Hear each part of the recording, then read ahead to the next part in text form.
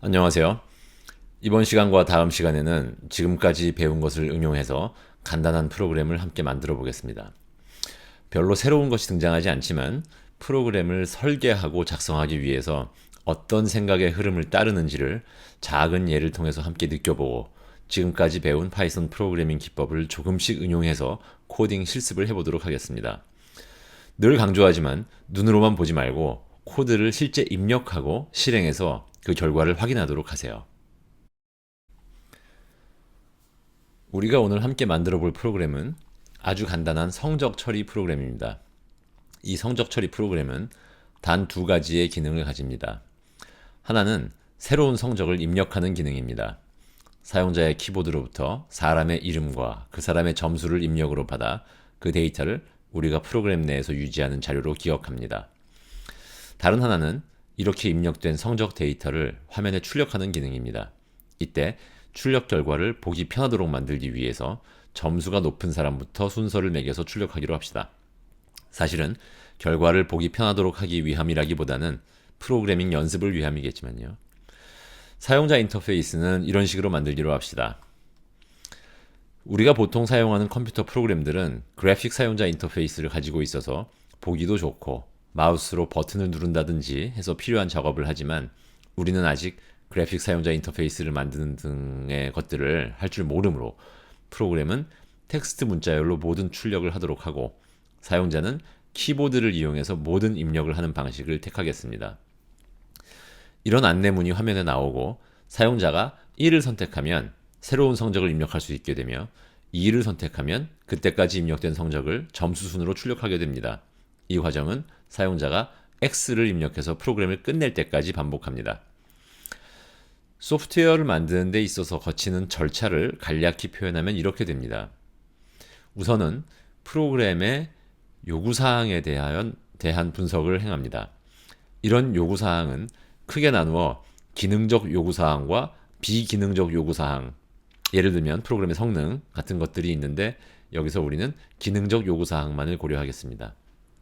요구사항에 대한 분석이 끝나고 나면 무턱대고 프로그램을 작성하지 않고 우선 찬찬히 프로그램의 구조와 이용할 알고리즘 등을 설계합니다. 이 설계 과정은 무척 중요합니다. 그림을 그리려 할 때 어디에 무엇을 무슨 색으로 그려야 할지를 미리 생각하고 나서 붓을 드는 것과 마찬가지라고나 할까요? 설계가 완료되면 실제 프로그램을 만듭니다. 이것을 보통 구현이라는 말로 표현하는데 앞에서 설계한 바에 따라 코드를 작성하므로 코딩의 과정을 거치게 됩니다. 코딩이라 함은 코드를 만드는 작업입니다. 이렇게 코딩까지의 과정을 거쳐 프로그램이 만들어지고 나면 앞서 주어진 요구사항을 만족하는지를 확인하기 위해 테스트가 필요합니다. 테스트 또한 소프트웨어의 개발에서 매우 중요한 작업입니다. 제품으로서의 소프트웨어를 만드는 데에는 엄격한 테스트가 이루어지는 것이 일반적이고 프로그램이 커지고 복잡해질수록 테스트의 중요성은 더욱 증대됩니다. 우리가 지금 만들려고 하는 프로그램은 워낙 간단해서 이러한 절차들이 크게 의미를 가지지 않는 것처럼 보이기도 하겠습니다만 큰 흐름에서는 이런 단계들을 거친다는 것을 염두에 두기로 합시다. 우리는 지금 막 그 첫 단계로서 프로그램의 요구사항을 조사하고 분석했습니다. 우리의 프로그램이 다룰 데이터는 단 한 가지입니다. 사람들의 성적을 기록한 것입니다. 이 데이터를 파이썬 프로그램에서 어떻게 표현하는 것이 가장 좋을지를 먼저 생각해 보겠습니다. 한 사람의 성적은 이름과 점수로 이루어져 있습니다. 어떤 성적 데이터가 있을 때 이 성적이 누구의 것인지를 나타내기 위해서 이름을 적어두고 점수는 몇 점인지를 또한 포함하도록 합니다. 이런 모양새의 데이터를 담는 데 있어서 적합한 데이터형은 파이썬에서는 사전인 것 같습니다.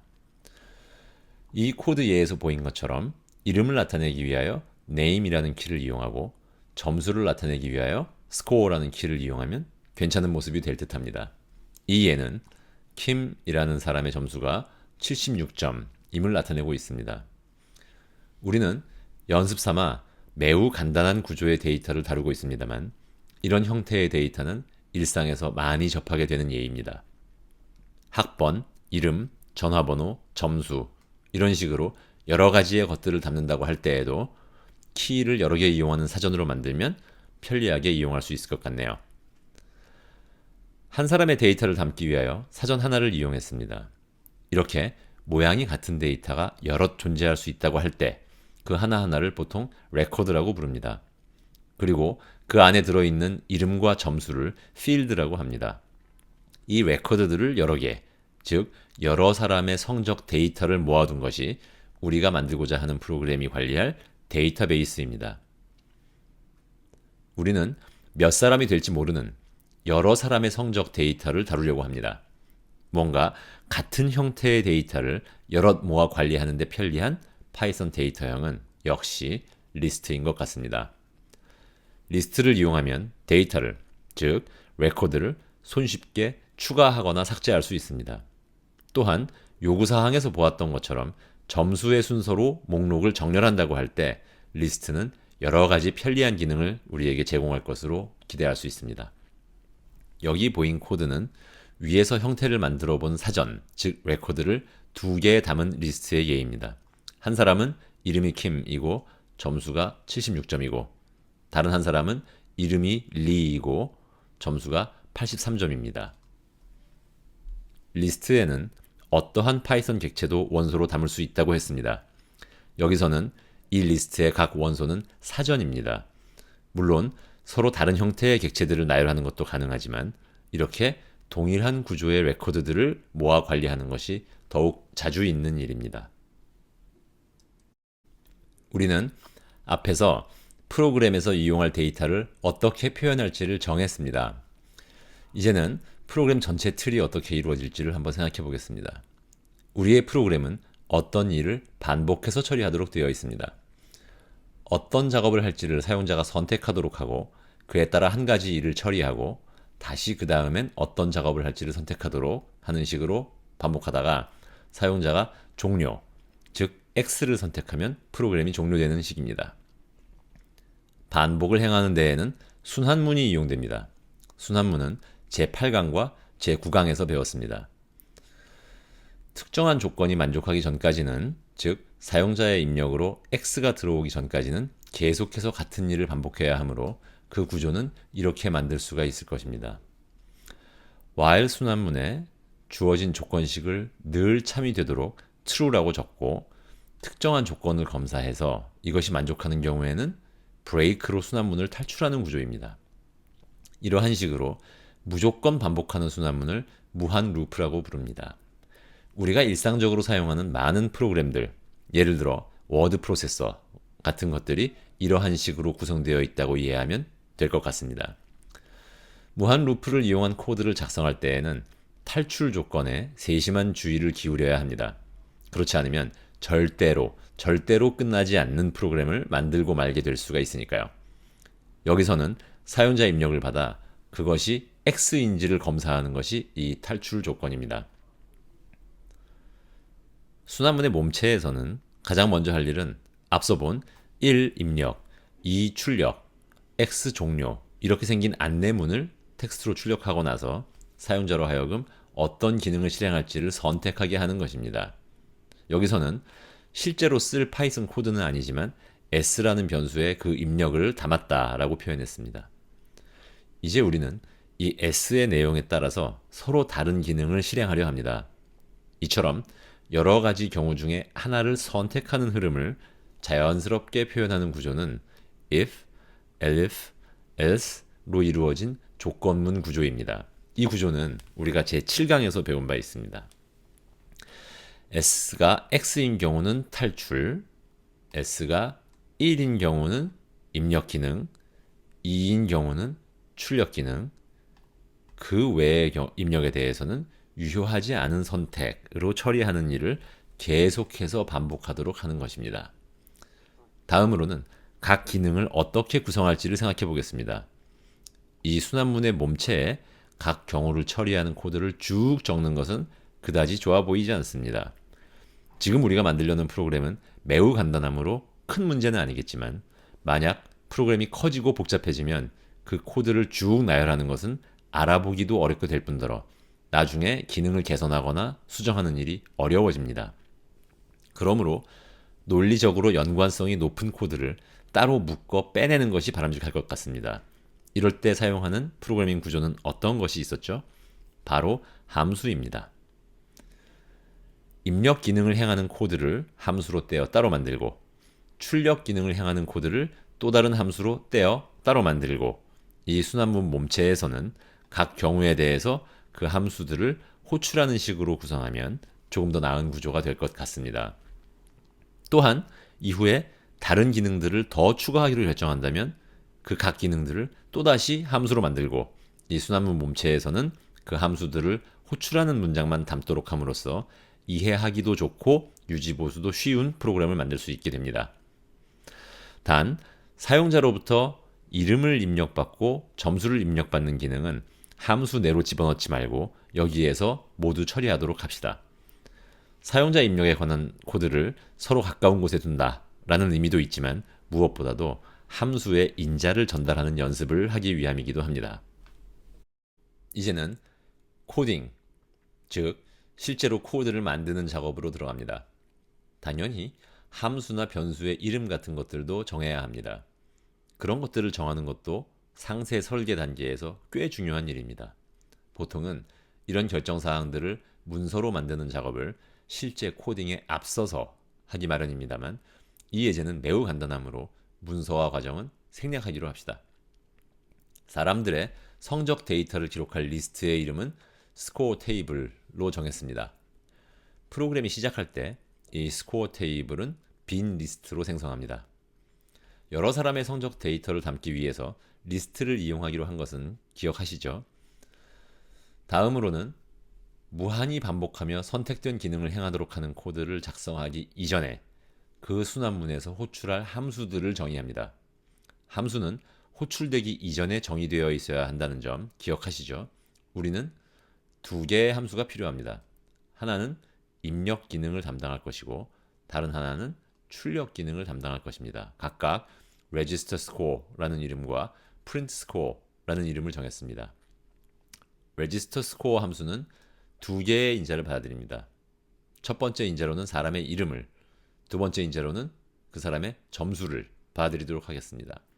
이 함수는 이렇게 인자로 받은 데이터를 사전으로 구성해서 그 레코드를 스코어 테이블에 추가하는 기능을 합니다. 반면 print score 함수는 인자를 받지 않습니다. 지금까지 등록되어 있는 성적 데이터를 점수의 내림차순으로, 즉 높은 점수 우선으로 정렬해서 화면에 출력하는 것이 이 함수가 할 일입니다. 함수를 정의하고 나서는 앞 페이지에서 본 것과 같은 무한 루프를 코드로 구성합니다. 자, 그럼 함께 프로그램을 만들어 볼까요? 앞에서 말한 것처럼 우선 스코어 테이블이라는 이름으로 빈 리스트를 만들어서 준비를 해두고 이제 입력받는 데이터들을 여기에 각 사람의 성적을 추가하도록 할게요. 그리고 함수를 먼저 정의해야 했죠. def 하고 함수 이름 register score라고 적고 인자를 두 개 받기로 했어요. 하나는 이름이고 하나는 점수죠. 우선은 지금 이 함수의 몸체에는 프린트만 하나 넣어 볼게요. 이 프린트를 왜 넣는지는 잠시 후에 알려지게 될 것 같습니다. 다른 함수 print score라는 함수를 이용해서 인자를 받지 않죠. 출력 기능을 구현할 건데 여기도 지금은 print만 하나 넣어 보겠습니다. 자, 함수를 두 개 정의하고 났으니 이제 프로그램의 메인 바디 무한 루프를 이용해서 프로그램을 제어하는 코드를 적을게요. while 순환문에다가 조건식을 true로 줘서 무한히 반복하게 하는 순환문을 만들겠습니다. 이 순환문의 실행에서 제일 처음 할 일은 사용자에게 안내 문구를 표시하는 거예요. 1 입력, 2 출력, x는 종료라는 문자열을 화면에 표시하도록 합니다. 그리고 나서는 사용자 입력을 받아야죠. 사용자 입력에 담을 변수는 셀, selection의 줄인 거죠. 이라고 하고 input 함수를 이용해서 선택이라는 글자가 나오게 한 뒤에 사용자 입력을 받겠습니다. 이렇게 하면 사용자가 키보드에서 입력한 것이 셀이라는 변수의 문자열로 들어있게 되죠.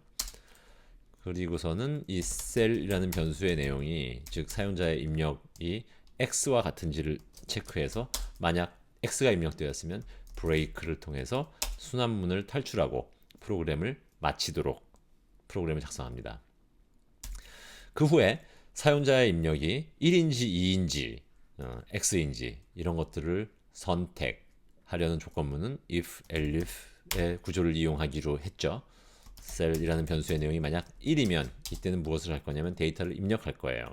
우선 사용자의 입력으로 이름과 점수를 받아들이고 그 두 개를 인자로 해서 register score라는 함수를 호출하면 되죠. name이라는 변수에는 이름을 입력하도록 하고 score라는 변수에는 점수를 입력하도록 했어요. 그런 뒤에 register score라는 함수를 이 입력받은 name이라는 변수와 score라는 변수를 인자로 해서 호출하면 저 register score 함수 내에서 데이터의 추가 기능을 전부 실행할 거니까 여기까지 하면 완료네요.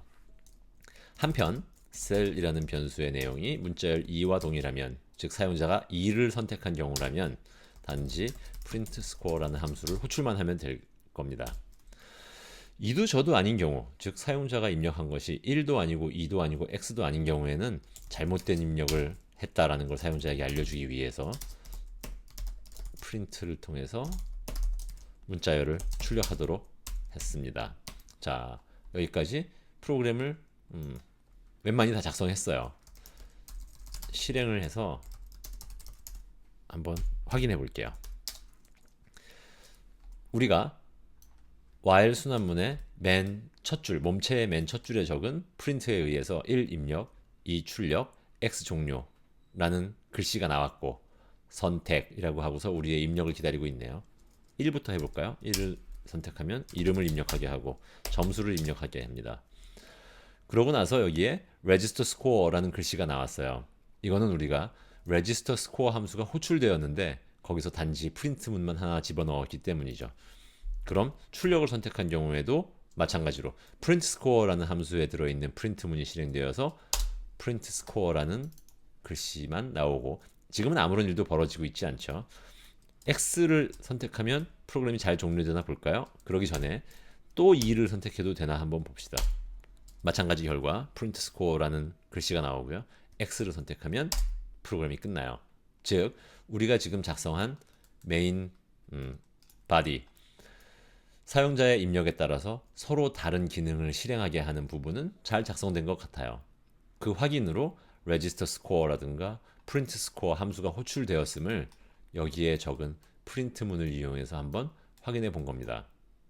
한 가지 더 확인해 볼게요. register score라는 함수는 인자를 2개 받아들이는데 이 인자가 잘 전달됐는지 하는 걸 확인해 보겠습니다. 이름은 문자열로, 점수는 정수형으로 취급해서 이 2개의 인자 n과 s라는 이름으로 주어진 2개의 인자까지도 출력하도록 해볼게요. 실행해보면 입력을 선택했을 때 이름과 점수를 입력으로 받고 에러가 생깁니다. 이 에러 메시지를 찬찬히 살펴보면 6번째 행에 타입 에러가 있어요. 퍼센트 기호를 하고 D를 준 문자열 포매팅에서는 정수형을 기대하는데 문자열이 들어갔대요. 어떻게 된 걸까요?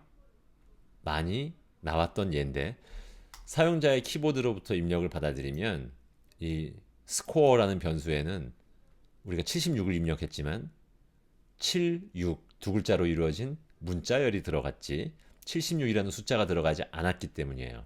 그래서 register score라는 함수를 호출했을 때 두 번째 인자로 주어진 스코어가 76 두 글자로 이루어진 문자열이고 이 함수가 실행되었을 때 두 번째 인자인 s에는 인자로 받아들인 76이라는 문자열이 들어있어요. 근데 스트링 포매팅에서 D 정수형으로 이걸 표시하려고 했기 때문에 에러가 생긴 거예요. 늘 하듯이 우리가 score라는 변수는 입력으로 받아들인 문자열을 정수형으로 변환한 값을 담기 위해서 int라고 쓰고 앞뒤로 가로를 묶어 보겠습니다. 그러고 나서 다시 실행해 보면 입력을 선택하고 김과 76을 입력하면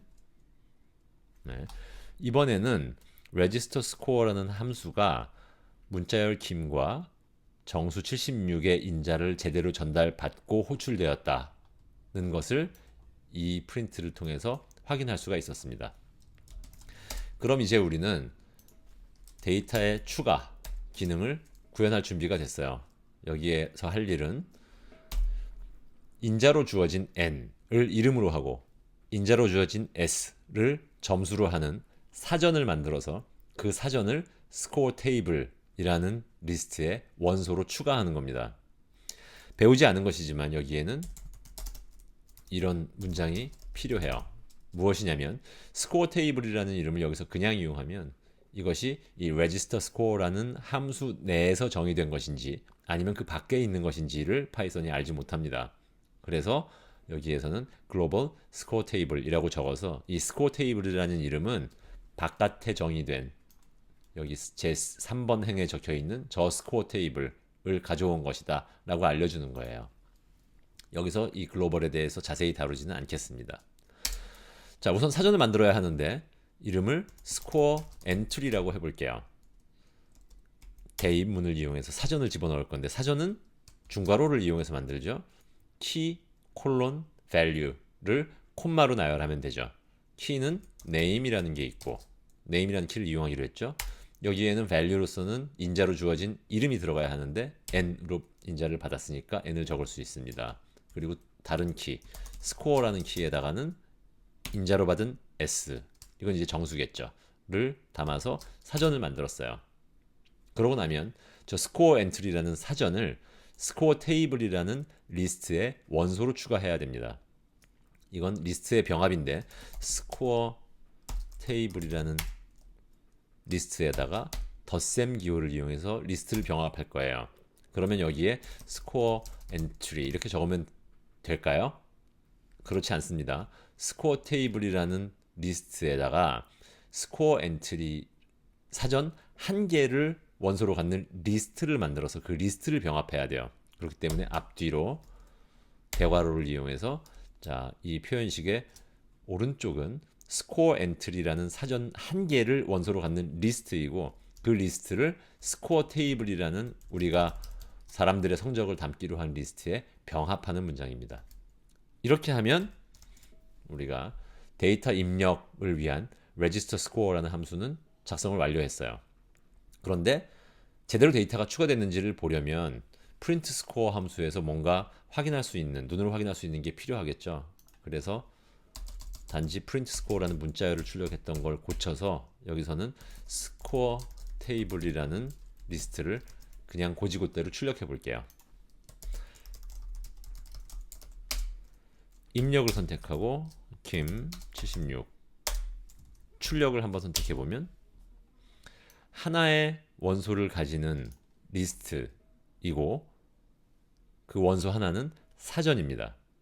name이라는 키에 김이라는 문자열이 value로 들어있고 score라는 키에 76이라는 수가 value로 들어있는 사전 하나가 들어있는 리스트예요. 그럼 입력을 하나 더 해보겠습니다. 리라는 이름으로 89점 이러고서 출력을 해보면 예상한 바와 같이 두 개의 사전이 들어있는 리스트가 되었네요. 자, 데이터를 입력하는 기능은 이제 잘 만들어진 것 같아 보입니다. 그럼 출력을 해보겠습니다. print score 함수에다가 우선은 맨 윗줄에 성적이라고 쓰인 한 줄이 출력되도록 하고 빈 문자열을 한번 출력해서 한 줄을 띄도록 할게요. 그런 뒤에 이제 스코어 테이블이라는 리스트의 내용을 하나하나 원소를 꺼내서 출력할 건데 점수가 높은 사람 우선으로 하라고 그랬죠. 그러니까 for 하고 x라는 변수가 스코어 테이블이라는 리스트의 원소를 하나하나씩 가리키게 할 텐데 이 스코어 테이블은 정렬된 형태로 합시다. 그리고서 그 각각의 x는 리스트의 원소들이니까 사전일 거예요. 그 사전에서 이름은 문자열로 사전은 x라는 변수에 들어있고 이 사전의 이름에 해당하는 데이터를 꺼내오려면 key name을 대괄호 안에 넣어서 표시하죠. 마찬가지 방법으로 점수는 정수형으로 취급하되 이건 x의 score라는 키를 적용함으로써 얻을 수 있습니다. 실행을 해볼까요? 입력을 해서 김 76 하고 출력해보면 김 76이 나왔고요. 또 입력을 해서 리 89를 입력하고 출력을 해보면 이번에는 에러예요. 에러 메시지를 잘 보면 13번 행에서 에러가 발생했는데 sorted에서 에러네요. unorderable types 하고 dict 이렇게 써 있어요. 사전과 사전 사이에 지금 리스트에 두 개의 원소가 들어있는데 그 원소 각각은 사전이죠. 사전과 사전 사이에 대소 관계가 정의되지 않기 때문에 정렬할 수 없었다. 그게 에러로 발생한 겁니다. 우리가 정렬은 성적 데이터에 점수를 기준으로 한다고 했죠. 그러면 여기에 키는 정렬의 키는 무엇으로 할 건지를 지정해야 됩니다. 우리가 사전을 정렬할 때 키는 하고서 사전에 점을 찍고 밑줄 get item 밑줄 이런 걸 통해서 뭘 가지고 정렬할 거냐를 지정한 경우를 봤죠.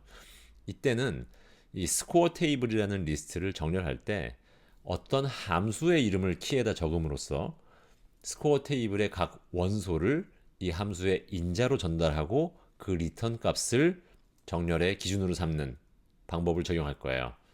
그 함수의 이름은 getScore라고 하겠습니다. 이 getScore 함수는 그러면 사전이 하나 주어졌을 때 그 사전에서 점수에 해당하는 데이터를 뽑아서 반환하면 될 거예요. 함수는 이용되기 이전에 정의되어 있어야 하므로 맨 위에다가 한번 정의해 보겠습니다. getScore라는 이름의 함수는 어떤 인자를 받았을 때 이 인자는 사전이겠죠. 이 사전에 score라는 키에 해당하는 value를 꺼내서 리턴하도록 작성을 했어요. 한번 볼까요?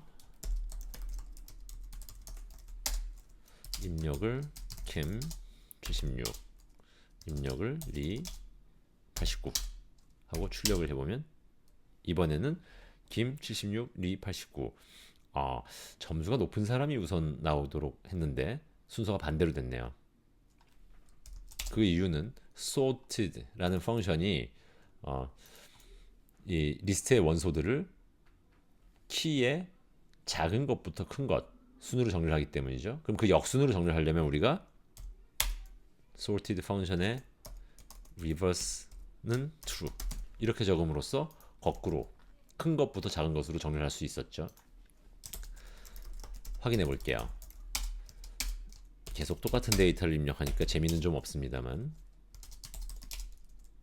점수를 89로 하고 출력을 해보면 이번에는 리 89, 김 76 이런 식으로 점수가 높은 사람이 우선 출력됐네요. 자, 여기서 우리가 새롭게 배운 것은 sorted 펑션의 키를 어떤 함수의 이름을 주고 sorted 펑션을 적용을 하면 이 스코어 테이블이라는 리스트를 정렬하되 이 리스트에 들어있는 각각의 원소를 키에 주어져 있는 함수의 인자로 주고 그 결과의 리턴 값을 정렬의 기준으로 삼는 이런 게 가능하다는 것을 봤습니다. 자, 출력을 조금 형태를 바꾸어 볼게요. 등수까지 표시를 하기 위해서 n이라는 변수를 0으로 추교하고 순환문이 한 번 실행될 때마다 n을 1씩 증가시킨 다음에 등위라고 해서 이 n이라는 변수의 값을 출력하면 차례대로 1, 2, 3 이런 번호가 매겨지겠죠. 그리고 한 사람의 데이터가 출력되고 난 뒤에는 빈 문자열을 출력해서 줄을 좀 한 칸씩 띄워 볼게요.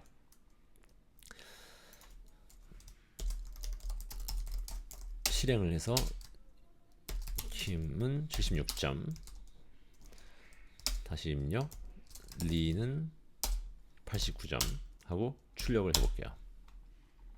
성적이 1등은 리 89점, 2등은 김 76점입니다. 하나 더 집어넣어 볼까요? 이름은 박 89와 76 사이에 있는 점수 81점 정도를 입력해보고 출력해보겠습니다. 자, 1등은 리 89점, 2등은 박 81점, 3등은 김 76점으로 정렬된 형태로 출력을 했습니다. 이 기회에 한 가지를 더 소개하고 싶어요. 이 키에다가 람다라는 걸 적용하겠습니다. 이 람다는 getScore라는 이름이 주어진 함수가 아니라 익명의 이름이 없는 함수를 만들 수 있는 표현이에요. Q라는 무엇이 주어지면 콜론을 찍고 이 Q에 score라는 키를 적용한 값을 돌려주는 익명의 함수를 만들어서 적을 수 있어요. 그러면 위에 getScore라는 함수는 이제 더 이상 필요가 없겠죠. 일단 결과부터 확인해 볼게요. 입력 76, 입력 89 출력해보면 같은 결과를 얻을 수 있죠. 여기서 보이고자 한 것은 람다라는 표현을 쓰면 무언가가 주어졌을 때 리턴할 값을 콜론 뒤에 적음으로써 이름을 정하지 않은 함수를 만들 수 있다라는 걸 한번 살짝 보였습니다. 이번 시간에는 아주 간단한 성적 처리 프로그램을 예제로 함께 작성해 보았습니다. 이 예제를 통해서 우리가 지금까지 배운 것들을 응용해 보았는데 무엇이 등장했나요? 먼저 한 사람의 이름과 점수를 기록하기 위해서 name이라는 키와 score라는 키를 가지는 사전을 이용했습니다. 한 사람의 성적 데이터를 record라고 불렀는데 이렇게 여러 종류의 데이터를 단위로 묶는데 사전이 편리하게 이용될 수 있음을 보았습니다. 그 다음으로는 여러 사람의 성적 데이터를 담기 위해서 리스트를 이용했습니다. 리스트는 파이썬에서 데이터를 모아 관리하는데 매우 편리한 데이터형인데 이전까지에는 다루지 않았던 것으로서 리스트의 각 원소가 사전으로 이루어진 예를 프로그래밍 해보았습니다. 이러한 데이터 표현을 이용하기로 한 뒤에 전체 프로그램 구조를 만들기 위해서 무한 루프, 즉 무한히 반복하는 순환문을 만들고 이 안에서 특정 조건이 만족하는지를 검사하여 그 경우에 브레이크 문을 이용해서 순환문을 탈출하는 방법을 이용했습니다.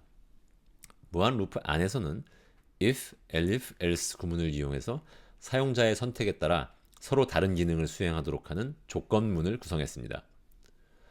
코드를 이해하기 편하고 유지 보수하기가 쉽도록 하기 위해서 두 개의 함수를 작성하고 이를 프로그램의 메인 루프에서 호출하는 구조를 만들었습니다.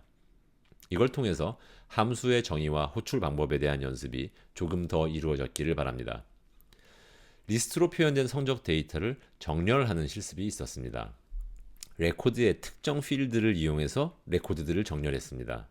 그러기 위해서 sorted라는 펑션의 키에다가 어떤 함수의 이름을 적어서 그 리스트의 원소 각각이 함수에 전달되었을 때의 리턴 값, 즉 그 함수를 이 리스트의 각 원소에 적용한 결과를 정렬의 기준으로 삼는 프로그래밍을 실습했습니다.